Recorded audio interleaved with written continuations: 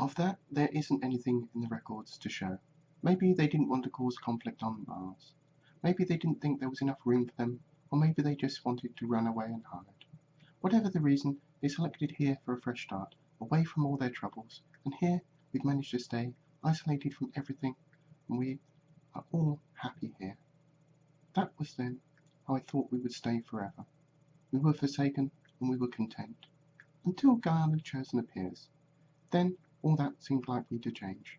Whilst you were one alone, you were helping the Forsaken, I was grateful for all your assistance. But there came a time when I was worried for the Forsaken, and how you might change our society, and divide the Forsaken.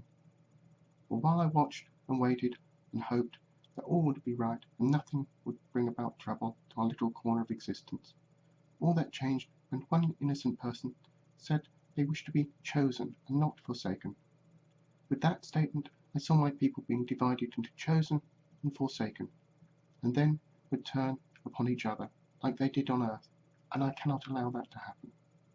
Once the leader said that, she stopped Gylo from walking any further back towards the woodcutters. With a sad look upon her face, she placed both hands upon his chest and pushed with all her might. Gylo went flying backwards, his arms flung out wide in natural effort to try and break his fall.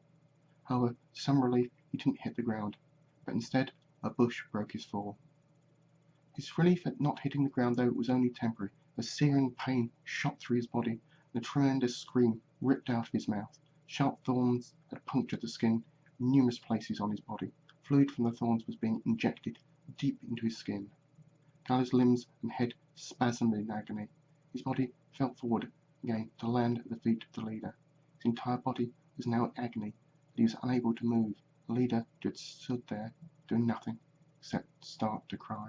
Her face remained impassive, but just a slight trickle of liquid emanated from the corner of each eye and rolled down her cheeks.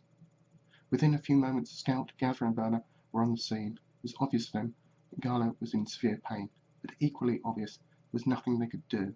They tried to support Gylo's pain-racked body, and Scout looked up incredulously at the new, now impassive leader. "What have you done, leader? How did this happen? Gylo was being careful around the flame bushes. How could he have sustained so many injuries?" "I pushed him, Scout. I think it was the only thing I could do. But I wish I didn't have to do it. Please try to make the end of his life as comfortable as possible, for he always tried to help the Forsaken as much as he could. I will now return, for I do not think you want me here, or possibly anywhere else now. I understand him and the people of Earth now more than I ever thought possible.